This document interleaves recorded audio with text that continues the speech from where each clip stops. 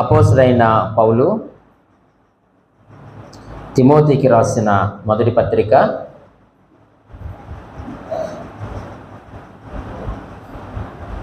2వ అధ్యాయము 4వ వచనం నుండి 7వ వచనం వరకు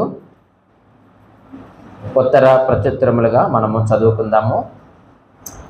ఈ చాలా చోట్ల మనము ఆలోచన చేస్తూ ఉన్నప్పుడు గుడ్ ఫ్రైడే అని సంబోధిస్తూ ఉంటారు. కొన్ని స్థలాల్లో అయితే గ్రేట్ ఫ్రైడే అంటారు. అంటే ఇది గొప్ప శుక్రవారము, మంచి శుక్రవారం అని, గొప్ప శుక్రవారం అని, ఇట్లాగా ఎవరికి అనుకూలముగా వారు పిలుస్తూ ఉంటారు.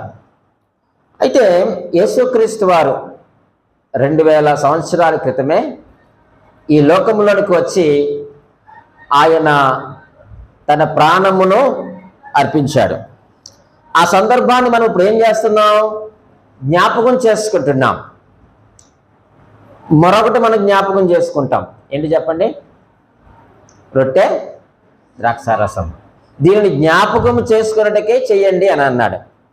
ఈరోజు మనము జ్ఞాపకం చేసుకుంటే సరిపోతుందా? సరిపోదండి. జ్ఞాపకం చేసుకున్న మనలో ఏమి రావాలి అని అంటే మార్పు రావాలి. అది ఆయన చేసిన కార్యం దేనికంటే మనలో మార్పు రావడానికే. మనము మారడానికి, మార్పు రావడానికి ఆయన ఏం చేశాడయ్యానంటే ఆ గొప్ప కార్యాన్ని చేస్తాడు. మరి మనము ఆయన ఎందుకు విశ్వాసం ఉంచి రక్షింపబడిన తొలినాటి నుంచి కూడా మనం ఏం చేస్తున్నామయ్యా అంటే జ్ఞాపకం చేసుకుంటున్నాం. జ్ఞాపకం చేసుకుంటున్నాం, మంచిదే. కానీ మనలో మార్పు వచ్చిందా లేదా అనేది పాయింట్ ఇక్కడ. నువ్వెన్ని గుడ్ ఫ్రైడేలు ఆచరించావు, లేకపోతే ఎన్ని గుడ్ ఫ్రైడేల్లో నువ్వు 7 మాటల్లో ఒక మాట చెప్పావు అటువంటిది ఇక్కడ ఇంపార్టెంట్ కాదు. ఈరోజు తప్పనిసరిగా ఏమి రావాలి? కాబట్టి ఈరోజు ఏదో ఒక మార్పు మనకు రావాలి. మార్పు రాకపోతే ప్రియమైన వాళ్ళరా, ఈ మనం జ్ఞాపకం చేసుకున్నదంతా కూడా అది వ్యర్థమే. అంటే అలవాటుగానో, పొరపాటుగానో, ఇంకా చెప్పాలంటే గ్రహపాటుగానో మనం ఈ గుడ్ ఫ్రైడేలు చేస్తున్నామని అర్థమైపోతా ఉంది. అయితే ఈ దేవుడు చేసినటువంటి ఒక గొప్ప కార్యాన్ని మనము తలంచుకుంటూ ఏదో ఒక విషయంలో మనము తప్పిపోయిన వారమే. అయితే ఈ సందర్భంగా మనము మార్పును అందుదాం. ఇప్పుడు ఒకవేళ ఇంతవరకు మనము మారలేదు అని అంటే ఒకవేళ మన యొక్క అజ్ఞానం ఏమో కానీ దేవుని యొక్క కోరిక, దేవుని యొక్క ఆశ, దేవుని యొక్క తృష్ణ, దేవుని యొక్క అభిష్టం ఏంటంటే ప్రియమైన వాళ్ళరా, చాలా అద్భుతమైన ఆశ కలిగి ఉన్నాడు దేవుడు. ఎక్కడున్నాడు? మనము చదివినటువంటి ఆ యొక్క వచనముల్లో 4వ వచనములో దేవుడికి ఉన్నటువంటి కోరిక ఏంటో చూడండి. ఆయన అంటే యేసుక్రీస్తు వారు లేక దేవుడు మనుషులందరూ రక్షణ పొంది సత్యమును గూర్చిన అనుభవ జ్ఞానము గలవారై ఉండవాలని ఇచ్చయించుచున్నాడు. ఆయన కోరుకుంటున్నాడు, ఆశ కలిగి ఉన్నాడు. మనుషులందరూ కూడా ఏం పొందాలట? రక్షణ పొందాలని, అందరూ రక్షించబడాలని, అందరూ మారు మనసు పొందాలని, అందరూ మార్పు చెందాలని ఇచ్చ కలిగి ఉన్నారట ఆయన. ఆ ఇచ్చను, ఆ కోరికను ఆయన నెరవేర్చుకోవడానికి ఆయన ఏం చేశాడట? మధ్యవర్తిని పంపించాడు. ఎవరిని పంపించాడండి? మధ్యవర్తిని పంపించాడు. దేవుని యొక్క కోరికను నెరవేర్చుకోవడానికి మధ్యవర్తిని పంపించాడు. ఆ మధ్యవర్తి ఎవరట? ఆయన క్రీస్తు నరుడు. ఆ మధ్యవర్తి ఏం చేశాడట? చూడండి వెంటనే, ఆయన తండ్రి అయిన దేవుడు, ఈయన ప్రభువైన యేసుక్రీస్తు వారు, ఈయన అందరి కొరకు విమోచన క్రయధనముగా తన్ను తానే సమర్పించుకొనెను. ఎవరైనా పట్టుకున్నారా? తన్ను తానే సమర్పించుకున్నారా? అది మన దేవునికి ఉన్నటువంటి శక్తి ఏమిటంటే, ఎవరో పట్టుకుంటే పట్టబడిపోయేవాడు కాదు, ఎవడో బంధిస్తే బంధించబడిపోయేవాడు కాదు. ప్రభువైన యేసుక్రీస్తు వారు తన్ను తానే ఏం చేశాడట? సమర్పించుకొనును, దీనిని గూర్చిన సాక్ష్యము యుక్త కాలమందు ఇయ్యబడును. ఈరోజు మనమందరము కూడా దీనికి ఏంటి చెప్పండి? 7వ వచనంలో ఈ సాక్ష్యం ఇచ్చుటకై, అది మనమందరం ఎవరంటే ఇప్పుడు మనము సాక్షులము. దేనికి సాక్షులము? సిలువకు సాక్షులము, ఆయన మరణమునకు సాక్షులము, ఆయన తిరిగి లేచాడు అనడానికి సాక్షులం ఎవరము? మనమే. ఈరోజు మనమే సాక్షులమని దేవుని యొక్క వాక్యం ద్వారా తెలియజేస్తూ ఉన్నాడు. అయితే ప్రియమైన దేవుని సంగమా, ప్రభువు యేసుక్రీస్తు వారు ఆయన ఉదయం 9 గంటల నుంచి మధ్యాహ్నము లేక సాయంకాలము 3 గంటల వరకు ఆయన సిలువ పైన వేలాడుతూనే ఉన్నారు. అంటే రాత్రంతా కూడా తీర్పు జరుగుతూ ఉంది. కానీ ఆయన సిలువలో ఎక్కించినటువంటి సమయము ఉదయం 9 గంటలకు. ఆయన ఉదయం 9 గంటల నుంచి 12 గంటల లోపు ఆయన ఇంచుమించుగా 3 మాటలు ఆయన మాట్లాడినట్లుగా మనము చూస్తూ ఉన్నాం. 12 నుంచి 3 గంటల సమయంలో ఆయన 4 మాటలు ఆయన మాట్లాడినట్లుగా పరిశుద్ధ గ్రంథంలో మనం అందరము కూడా ఎరుగుదుము. అయితే ఆయన సిలువకు వెళ్ళక ముందు 7 రకాలైనటువంటి హింసలను ఆయన అనుభవించారు. ఎన్ని రకాలు? 7 రకాలైనటువంటి హింసలు. వీటిని భౌతికమైన హింసలు అని అంటారు. ఏంటంటే భౌతికమైన హింసలు. నేను రిఫరెన్స్ చెప్పి నేను మాట చెప్పేస్తాను, మీరు జస్ట్ నోట్ చేసుకోండి. మనము తర్వాత వాక్య వివరణలోనికి మనము వెళ్దాం. చూడండి, ఆయన 7 రకాలైనటువంటి హింసలు ఎప్పుడు సిలువకు వెళ్ళక ముందు ఆయన భౌతికమైనటువంటి హింసలు పడినట్లుగా మనం చూస్తుంటున్నాం. మొట్టమొదటిగా మనం ఆలోచన చేస్తే లూకా సువార్త 22వ అధ్యాయము 63, 64 వచనముల ప్రకారముగా ఆయన యొక్క ముఖమును కప్పి అనేటువంటి మాటను మనము చూస్తూ ఉన్నాం. 63, 64 వచనాల్లో. రెండవదిగా మనం ఆలోచన చేస్తూ ఉన్నప్పుడు యోహాను సువార్త 18వ అధ్యాయము 22వ వచన ప్రకారముగా ఆయనను అరచేతులతో కొట్టారు. మొదట ఆయన యొక్క ముఖమును ఏం చేశారట? కప్పారు. తర్వాత ఆయనను అరచేతులతో కొట్టారు. మూడవదిగా మనము ఆలోచన చేస్తూ ఉన్నప్పుడు మత్తయి సువార్త 26వ అధ్యాయము 27వ వచన ప్రకారముగా, మత్తయి సువార్త 26వ అధ్యాయం 27వ వచన ప్రకారముగా ఆయన ముఖము మీద ఏమి వేశారట? ఉమ్ము వేశారు అనే మాట మనం అక్కడ చూస్తూ ఉన్నాం. ఆ సమయము తెల్లవారుజాము సమయం అంటండి. యేసుక్రీస్తు వారి యొక్క ముఖం మీద ఉమ్మేసేటువంటి సమయం ఏ సమయం చెప్పండి? తెల్లవారుజాము సమయం. తెల్లవారుజాము ముఖం కడుక్కుంటారండి వాళ్ళు? వారు ఎవరు కూడా ముఖాలు కడుక్కోలేదు. రాత్రంతా కూడా ఆయన ఏం చేస్తున్నారు చెప్పండి? తీర్పుకు తిప్పుతానే ఉన్నారు ఆయన్ని. ఆ యొక్క వేకువజామున ఆయన యొక్క ముఖం మీద ఏం చేశారట? ఉమ్ము వేశారు. అక్కడ మరొక మాట ఉంది. ఇంకో మాట ఏం చెప్పండి? 26:27లో ఆయన గుద్ది ఆయన ఏం చేశారట? ఆయన ఏం చేశారండి?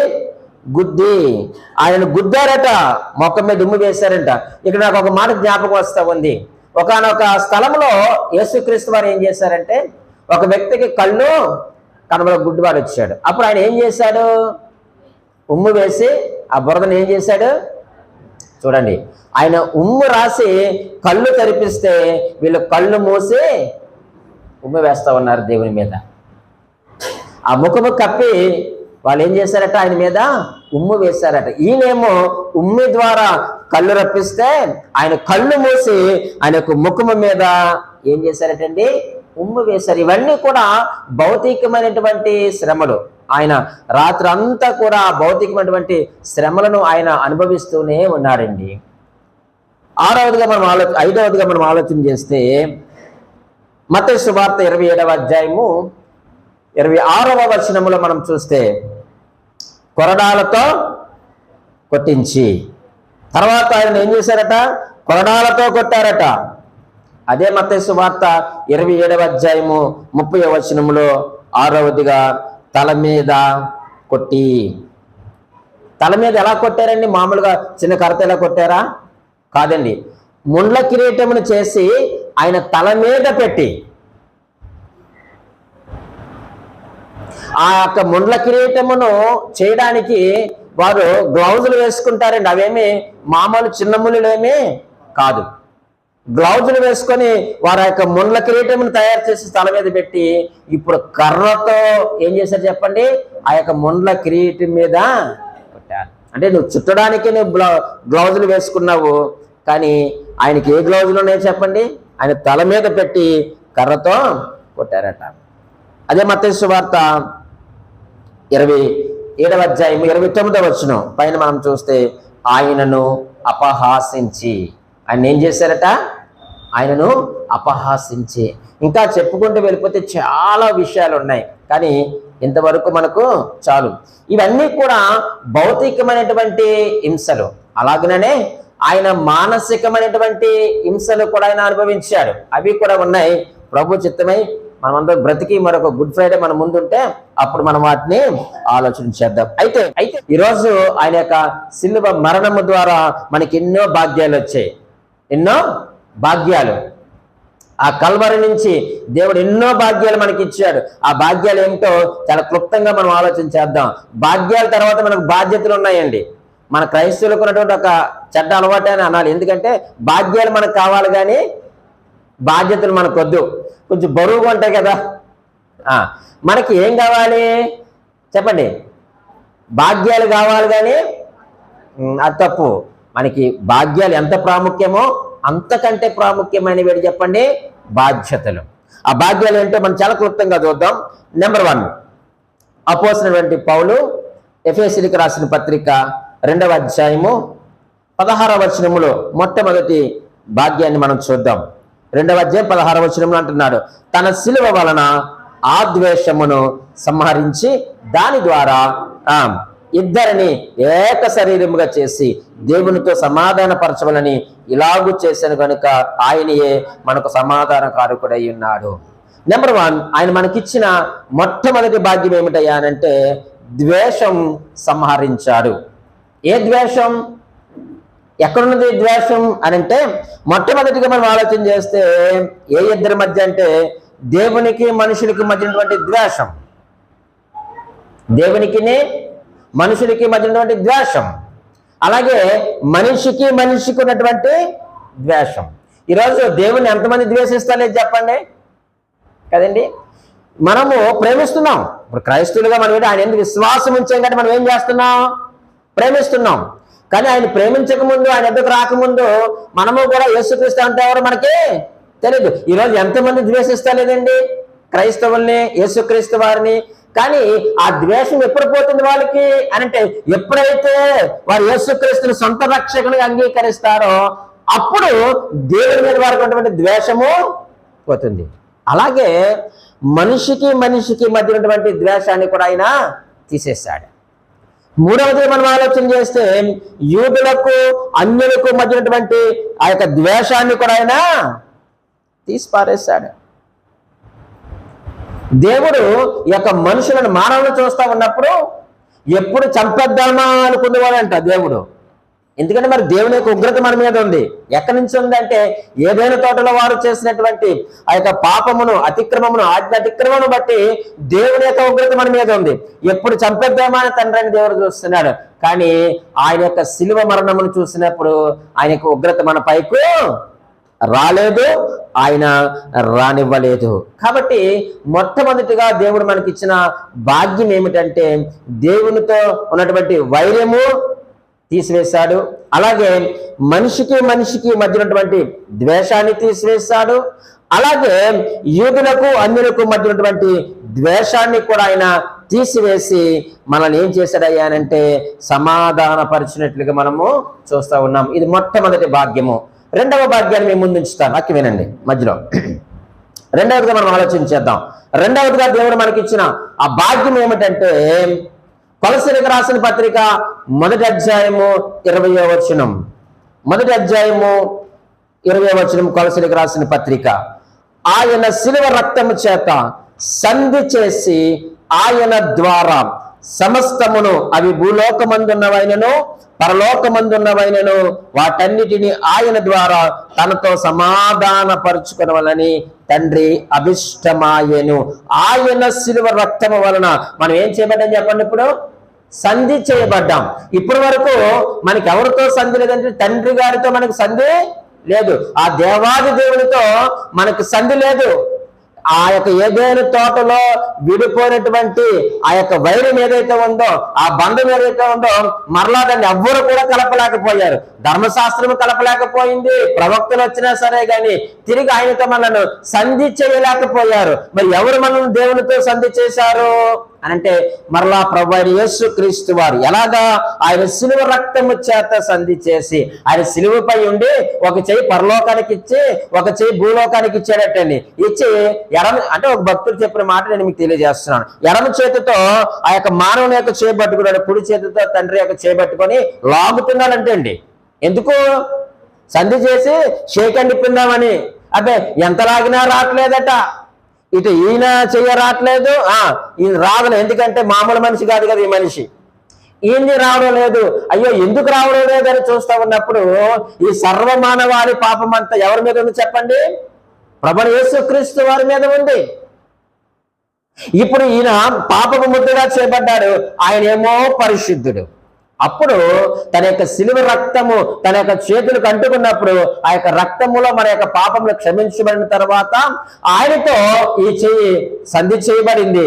ఈ మానవుడు కూడా ఈ రక్తాన్ని చూసి మారు మనసు పొంది హృదయం కరిగి, అయ్యో నా కొరకు ఇంత నువ్వు శ్రమ పడ్డావా, శిలువ మరణాన్ని పొందావా అని కరిగి ఆ మనిషి కదిలినప్పుడు ఈ రెండు చేతులు ఆయన ఏం చేశాడట? సంధి చేసి సమాధానపరిచాడు. అందుకే మనం చదివిన మాటలో ఆయన మధ్యవర్తిగా వచ్చాడు, ఆయన మీడియేటర్. ఎందుకంటే దేవునితో సంధి చేసేవాడు ఎవ్వరూ లేడు. ఎవరు చేయగలడండి? పరిశుద్ధుడైతేనే చేయగలడు, నీతిమంతుడైతేనే చేయగలడు, యథార్థవంతుడైతేనే చేయగలడు. కానీ నేను ఎవరిని సంధి చేయలేను, మీరెవరిని కూడా దేవునితో సంధి చేయలేరు అని అన్నాడట. ప్రభా తండ్రి, ఎలాగా నన్ను నా చేయి విడిచిపెట్టావు కాబట్టి ఇదిగో నీవు నీ పిల్లలు తిరిగి మరలా సమాధానపడండి అని వారిద్దరిని కూడా ఏం చేశాడట? సంధి చేసినారు. ఇది గొప్ప భాగ్యం. ఇప్పుడు మనం ఎవరితో సంధి చేయబడ్డాం? దేవునితో సంధి చేయబడ్డాం. అలాగే దేవునికి మనకు మధ్యనటువంటి ఆ ద్వేషము కూడా సంహరించబడింది. రెండు భాగ్యాలు మనం నేర్చుకున్నాం. మూడవ భాగ్యం ఏమిటయ్యానంటే కొలసీలకు రాసిన పత్రిక 2వ అధ్యాయము 14వ వచనములు ఈ మాట రాయబడి ఉంది. 2వ అధ్యాయము 14వ వచనం. దేవుని వ్రాతపూర్వకమైన ఆజ్ఞల వలన మన మీద రుణముగాను మనకు విరోధముగాను నిండిన పత్రమును మేకులతో సిలువకు కొట్టి దాని మీద చేవ్రాతను తుడిచివేసి మనకు అడ్డము లేకుండా దాన్ని ఎత్తివేసి మన అపరాధములన్నిటినీ క్షమించి అనే మాట మనం చూస్తున్నాం. మూడవ భాగ్యం ఏమిటయ్యా అంటే మన యొక్క రుణపత్రం ఏం చేయబడింది చెప్పండి? ఏం చేయబడింది? అక్కడ మాట చెప్పండి. మేకులతో సిలువకు కొడేశాడు. ఏమిటి యొక్క రుణపత్రం? ఒక పెద్ద మ్యాటర్ ఉంది. మన యొక్క పాపములు అపరాధములు అన్నీ కూడా అక్కడ ఏం చేయబడ్డాయట? దాని మీద రాయబడి ఉన్నాయి. మనకు రుణముగాను మనకు విరోధముగాను ఉన్నటువంటి ఆ యొక్క పత్రమును ఆయన ఏం చేశాడు అంటే మేకులతో ఆయన సిలువకు కొట్టుబారేశాడు. ఇప్పుడు ఇక నీకేమి లేదు చెప్పండి? అప్పు లేదు. ఇంకా ఇంతవరకు మనం దేవునికి అప్పు ఉన్నాం, రుణస్తులుగా ఉన్నాం. కానీ ఇప్పుడు ఆ యొక్క అప్పును ఆయన ఏం చేశాడు? రుణాన్ని ఏం చేశాడు? ఆయన సిలువపై మేకులు కొట్టలు చేశాడంతే. ఇక నువ్వు ఆయనకి ఏ అప్పు లేవు, ఇక ఏ అప్పు కూడా లేదు. ఒకవేళ నీ యొక్క పాపపు చిట్టా కనబడుతుందేమో అని ఆ యొక్క పాపపు చిట్టాను కూడా ఆయన తుడిసివేసినట్లుగా మనం చూస్తూ ఉన్నాం. ఆ యొక్క రుణపత్రాన్ని తీసివేశాడు. వాస్తవానికి ఆ రుణపత్రం ఏం చెప్పింది అయ్యా అంటే మనం పాపం చేశాం కాబట్టి మనము ఖచ్చితంగా మరణము పొందవలసిన వారే. పాపం వల్ల వచ్చే జీతము మరణము, చావాలి. కానీ ఆ యొక్క మరణమును తప్పించడానికి ఆ యొక్క మరణ పత్రము రుణపత్రం ఏదైతే ఉందో దాన్ని ఆయన సిలువపై మేకులు కొట్టేస్తాడు. అది మనము మూడవదిగా ఆలోచన చేస్తూ ఉన్నాం. నాలుగవదిగా మనం ఆలోచన చేస్తే ఆయన మనకిచ్చిన మరొక భాగ్యం ఏమిటంటే చూడండి, కొలసీలకు రాసిన పత్రిక 2వ అధ్యాయము 15వ వచనం. ఆ రెండు కలిపి ఉంటాయి. 15వ వచనంలో ఆయనతో కూడా మిమ్మల్ని జీవింపచేసెను, ఆయన ప్రధానులను అధికారులను నిరాయుధులుగా చేసి శిలువ చేత జయోత్సవంతో వారిని పట్టి తెచ్చి బాహాటముగా వేడుకకు కనపరిచెను. 4వ భాగ్యం ఏమిటయ్యా అంటే విజయోత్సవం. మనకి విజయాన్ని ఇచ్చాడు. ఇక ఆ పత్రమే కాదండి, ఆ పత్రమే కాదు కానీ మన పైన ఉన్నటువంటి ఆ యొక్క ధర్మశాస్త్రం ఏదైతే ఉందో ఏమిటి, అక్కడ మనం ఆలోచన చేస్తూ ఉన్నప్పుడు ప్రియమైన వారులారా, ప్రధానులను అధికారులను నిరాయుధాలుగా చేశాడంటే అర్థం ఏంటి? వారికి ఉన్న ఆయుధం ఏంటి? ధర్మశాస్త్రమే. ప్రధానుల దగ్గర ఉన్న ఆయుధం ఏంటి? ధర్మశాస్త్రం. ధర్మశాస్త్ర ప్రకారంగా మనం అందరము కూడా చావలసిన వారమే, మనమందరము కూడా శిక్షకు పాత్రులమే. ఇప్పుడు ఆ ధర్మశాస్త్రాన్ని యేసుక్రీస్తు వారు ఏం చేశారట? శిలువపై కొట్టేశారు. ఆయనక శిలువపై ఆ యొక్క ధర్మశాస్త్రాన్ని అంతా నెరవేర్చాడు. కొట్టేయడం అంటే నెరవేర్చేస్తాడు. ఇక బలుల వలన కాదు, ధర్మశాస్త్రం మీ మీద ప్రభుత్వము చేయదు, పాపానికి మీ మీద ప్రభుత్వము లేదు. ఎందుకంటే మీరందరూ కూడా ఆ యొక్క శిలువ రక్తం చేత మీరు ఆ యొక్క వ్రాతపూర్వకమైనటువంటి ఆ యొక్క ఆజ్ఞల వలన, ధర్మశాస్త్రం వల్ల మన మీద రుణంలో ఉన్నదాన్ని ఆయన ఏం చేశాడట? కొట్టి పారవేశాడు. ఇప్పుడు మనకి ఏమి ఇచ్చాడంటే విజయాన్ని ఇచ్చాడు దేవుడు. మనకు ఏమిచ్చాడండి? విజయాన్ని ఇచ్చాడు. ఇది మన భాగ్యం. ఈరోజు మనము విజయోత్సవంతో మనం ఆనందించాలి. మనము దుఃఖపడవలసిన అవసరం కాదు. నీ విజయము సాధించావు. మరణము పైన, పాపము పైన నీవు నేను కూడా విజయాన్ని సాధించాం. 5వదిగా మనం ఆలోచన చేస్తే ఆయన ఇచ్చిన మనకు గొప్ప భాగ్యం ఏమిటంటే, అపోస్తలుడైన పౌలు ఎఫెసీయులకు రాసిన పత్రిక 2వ అధ్యాయము 12వ వచనములో ఏమన్నాడు అనంటే, 2వ అధ్యాయము 12వ వచనములో ఏమన్నాడు అనంటే చూడండి, అయినను మునుపు దూరస్తులైన మీరు ఇప్పుడు క్రీస్తు యేసునందు క్రీస్తు రక్తము వలన సమీపస్తులై ఉన్నారు. ఎంత గొప్ప భాగ్యం అండి. ఇప్పుడు మనం ఎవరు అంటే మనము సమీపస్తులము, మునుపు మనము దూరస్తులము. ఏ విషయంలో కూడా దేవునితో మనము సమీపస్తులము కాలేము. మన యొక్క పాపం అటువంటిది, మన పడినటువంటి యొక్క రుణము అటువంటిది. దాన్ని ఎవ్వరూ కూడా తీర్చలేడు. ఆయన మాత్రమే. ఆయన ఏం చేశాడయ్యా అంటే, మునుపు మీరు దూరస్తులుగా ఉన్నారు, ఇప్పుడైతే క్రీస్తు యేసునందు క్రీస్తు రక్తము వలన, అంటే ఆయన శిలువ మరణము వలన రక్తము చిందించకపోతే పాప క్షమాపణ లేదు. రక్తం చిందించకపోతే దేవునితో మనము సమీపస్తులుగా మనం ఉండలేము. ఎన్ని భాగ్యాలు ఇచ్చాడు దేవుడు? 5 భాగ్యాలు. నెంబర్ 1, మన యొక్క ద్వేషాన్ని సంహరించాడు, మనం సంధి చేశాడు, మన పైనటువంటి యొక్క రుణపత్రాన్ని కొట్టిపారేశాడు, విజయోత్సవాన్ని ఇచ్చాడు. అలాగే దూరస్తులుగా ఉన్న మనలను ఏం చేశాడు చెప్పండి? సమీపస్తులుగా చేశాడు. మన ముందు ఒక 4 బాధ్యతలు ఉన్నాయి. చాలా క్లుప్తంగా 4 బాధ్యతలు మీ ముందు ఉంచుతాను. ఇవి భాగ్యాలు పొందేసి మనం వెళ్ళిపోతే బాగోదు. బాధ్యతలు కూడా మనము భరించాలి. క్రైస్తవుడు అంటే భరించేవాడు. నెంబర్ 1, మన బాధ్యతలు ఏంటంటే చూడండి, మత్తయి సువార్త 10వ అధ్యాయము 38వ వచనం. మత్తయి సువార్త 10వ అధ్యాయము 38వ వచనంలో ఏమన్నాడు చూడండి, తన సిలువను ఎత్తుకొని నన్ను వెంబడింపని వాడు నాకు పాత్రుడు కాడు. ఇక్కడ యేసుక్రీస్తు వారు అన్నారు, అయ్యా నీవు మోయలేని సిలువను నేను మోసాను. ఇప్పుడు నువ్వేం చేయాలి? నీ సిలువను ఎత్తుకో. నీ పైన ఉన్నటువంటి సిలువ అది భారమైనది ఏమీ కాదు. అందుకే మత్తయి సువార్త 11వ అధ్యాయము 30వ వచనంలో చూడండి, ఏలయనగా నా కాడి సులువుగాను నా భారము తేలికగాను, నీవు మోయవలసిన సిలువను నేను మోసేశాను. ఇప్పుడు నన్ను వెంబడింపగోరుతున్నావు కదా, నువ్వు నన్ను వెంబడిస్తున్నావు కదా, నన్ను వెంబడించేవాడు ఎవరైనా సరే మీరు చేయవలసిన పని ఏమిటయ్యా అని అంటే, నీ సిలువను వెతుకొని నడవాలి.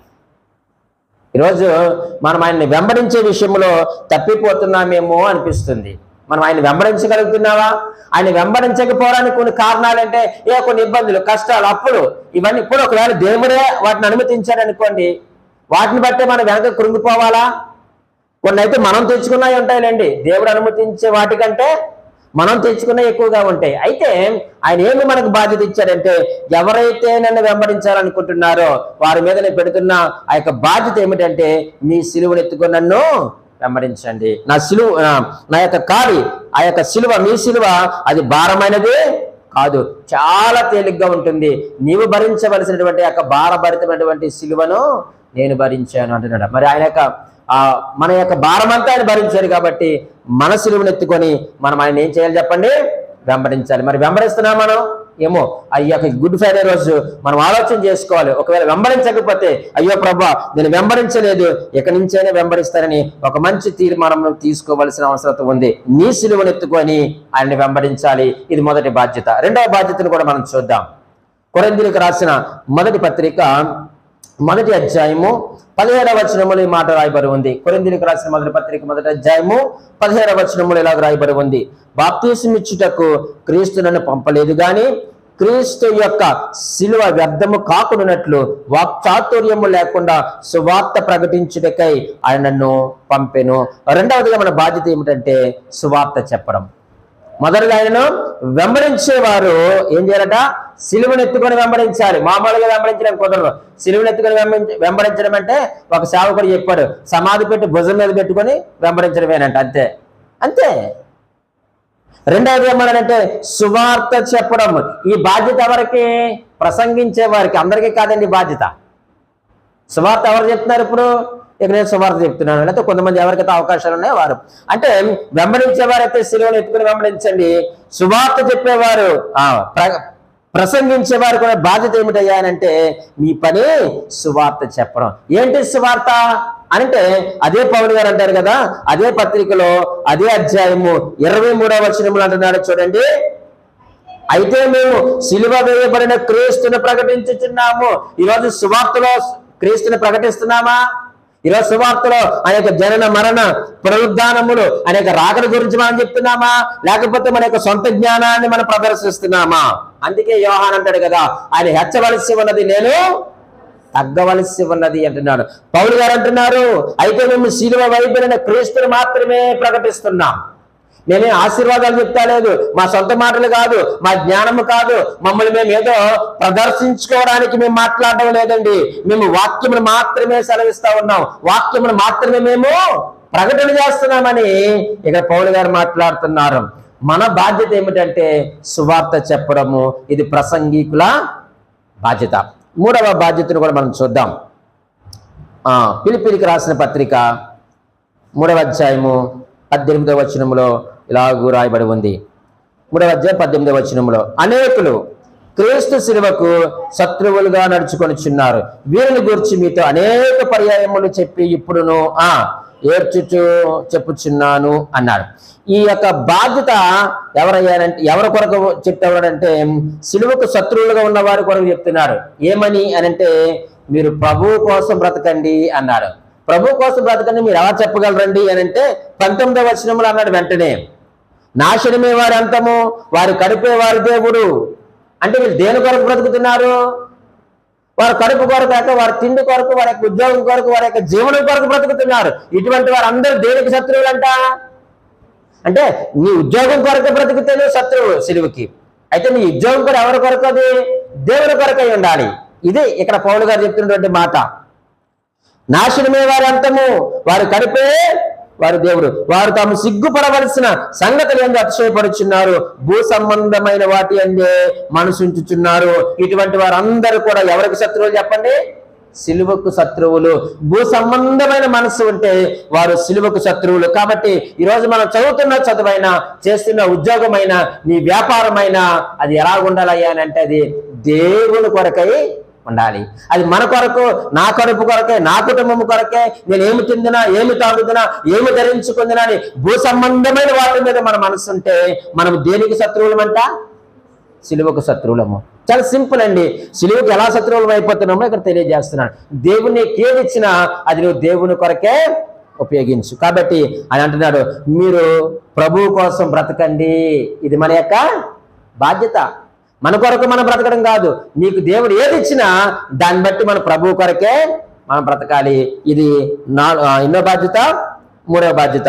నాలుగవ బాధ్యత ఎబ్రీయులకు రాసిన పత్రిక 6వ అధ్యాయము 6వ వచనం. 6వ అధ్యాయము 6వ వచనములో ఈ మాట రాయబడి ఉంది. తమ విషయములో దేవుని కుమారుని మరలా సిలువ వేయించు బాహాటముగా ఆయనను అవమానపరుచుచున్నారు. గనుక మారు మనస్సు పొందినట్లు అట్టి వారిని మరలా నూతన పరచుట అసాధ్యము. ఈ మాట మనకి ఏమి నేర్పిస్తున్నాయా అంటే, వెనకబడిన వారికి ఒక బాధ్యతనిచ్చాడు. వెనకబడిన వారు ఇక్కడ మనకు కనిపిస్తూ ఉన్నారు. వారు ఏం చేస్తున్నారట? ఆయన అవమానపరుచుచున్నారు కనుక మారు మనసు పొందినట్లు అట్టి వారిని మరలా నూతన పరచుట అసాధ్యము. నిన్ను బాగు చేయట అసాధ్యము. వీరందరూ ఎవరట? వీరందరూ ఎవరండి? చూడండి కొంచెం పైన 4వ వచనం. ఒకసారి వెలిగింపబడి పరలోక సంబంధమైన వరమును రుచి చూచి పరిశుద్ధాత్మలో, వీరెవరో బయట వారి కొరకు చెప్పడం లేదు, వీరందరూ వెనకకు జారిపోయిన వారు ఎవరయ్యా అంటే వీరందరూ కూడా వెలిగించబడ్డారట, పరలోక సంబంధమైన వరములు రుచి చూచారట, పరిశుద్ధాత్మలు కూడా వీళ్ళు ఎలా ఉన్నారట? పాలివారే దేవుని దివ్య వాక్యమును రాబో యుగ సంబంధమైన శక్తుల ప్రభావమును అనుభవించిన తర్వాత తప్పిపోయిన వారు. వీరందరూ కూడా ప్రియమైన వారులారా ఎవరంటే ఒకప్పుడు పాటలు పాడిన వారే, వీరందరూ కూడా ఒకప్పుడు వాక్యం చెప్పిన వారే, వీళ్ళందరూ కూడా బలలో పాలు పంపులు పొందుకున్న వారే. కానీ వీళ్ళు ఏమైపోయారట? వెళ్ళినప్పుడు వెనకకు జారిపోయారు. ఇటువంటి వాడిని మార్చడం చాలా, ఏదో సామెత ఉంటుంది కదా, నిద్రపోతున్న వాడిని లేపచ్చు, కానీ నిద్రపోతున్నట్టు నటించేవాడిని ఏం చేయలేమట? దున్నపోతూ వచ్చి తన లేవడు వాడు, ఎందుకంటే నటిస్తున్నాడు. ఇక్కడ దేవుని వాక్యం అదే సెలవిస్తా ఉంది ప్రియమైన వాళ్ళరా. తమ విషయంలో దేవుని కుమారుని మరలా సిలువ వేయచ్చు బాహాటముగా ఆయన అవమానపరుచుతున్నారు కనుక అటువంటి వారు మారు మనసు నొందినట్లు అట్టి వారిని మరలా నూతన పరచుట అసాధ్యము. ఒకవేళ నీవు దేవుని విశ్వాసం ఉంచి ఒకసారి వెలిగించి మరి ఆత్మ సంబంధమైన ప్రతి వరాన్ని పొందుకొని ఆయన రుచి చూచి మరలా ఆయన అవమానపరుస్తూ బాహాటముగా ఆయన సిలువలో అప్పగిస్తున్నావేమో, నీ వెనకకు జారిపోయావేమో ప్రభు అంటున్నాడు. ఈరోజు నీతో నాతో కూడా మాట్లాడుతూ ఉన్నాడు. అటువంటి వారిని మీరు గుర్తించి వారితో మీరు మాట్లాడండి. మరలా వారిని సిలువకు శత్రువులుగా కాకుండా సిలువలో వారిని దేవునితో సంధి చేయండి అని మాట్లాడుతూ ఉన్నాడు. ఈరోజు ఒకవేళ నీవు నేను ఒకవేళ వెనక జారిపోతా ఉన్నామేమో, ఒకవేళ అలా జారిపోతే అటువంటి వారినట నూతన పరచుట అసాధ్యము అన్నాడు. ఈ యొక్క హెబ్రీయులకు రాసిన పత్రికలో 3 అసాధ్యాలు చెప్పాడు. 3 అసాధ్యాలు. మొదటిది ఏంటంటే ప్రియమైన వారులారా, విశ్వాసం లేకుండా దేవునికి ఇష్టడైండుట అసాధ్యము. అది కూడా ఎందులో రాశాడు? హెబ్రీయులకు రాసిన పత్రికలో రాశాడు. రెండోది ఏమిటో చెప్పమంటారా? రక్త ప్రోక్షణ లేకుండా పాప క్షమాపణ పొందుట అసాధ్యము అన్నాడు. మూడవదిగా మనం ఆలోచన చేస్తే ఇప్పుడే మనం చదివేము, దేవుని కుమారుని మరలా సిలువ వేస్తుంటే వారిని మార్చడము అసాధ్యం. ఎవరైతే మరలా ఆయన సిలువకు అప్పగిస్తున్నారో అటువంటి వారిని మార్చడము అసాధ్యము అన్నాడు. ఒకే ఒక మాట చెప్తున్నాను, 4 బాధ్యతలు ఇచ్చాడు దేవుడు. ఈ 4 బాధ్యతల్లో ఎక్కడ ఓడిపోయావో ఒక్కసారి తలపోసుకుందాం. నేనైనా మీరైనా ఒకవేళ ఓడిపోతే, వెనకకు జారిపోతే, ఈ బాధ్యతలన్నింటినీ కూడా మనం విస్మరిస్తే, ఒకవేళ ప్రభువా నన్ను క్షమించు, నా బాధ్యత నాకు గుర్తు చేశావు, నా భాగ్యాలు ఏంటో నాకు గుర్తు చేశావు, నా బాధ్యతలు కూడా గుర్తు చేశావు, ఆ బాధ్యతని నిర్వర్తిస్తాను ప్రభువా అని ఆయన సిలువ మరణమును మనము జ్ఞాపకం చేసుకుంటూ మనము మనసును మార్చుకునే ప్రయత్నాన్ని చేద్దాం. దేవుడి మాటలు దీవించి ఆశీర్వదించును గాక. ఆమేన్.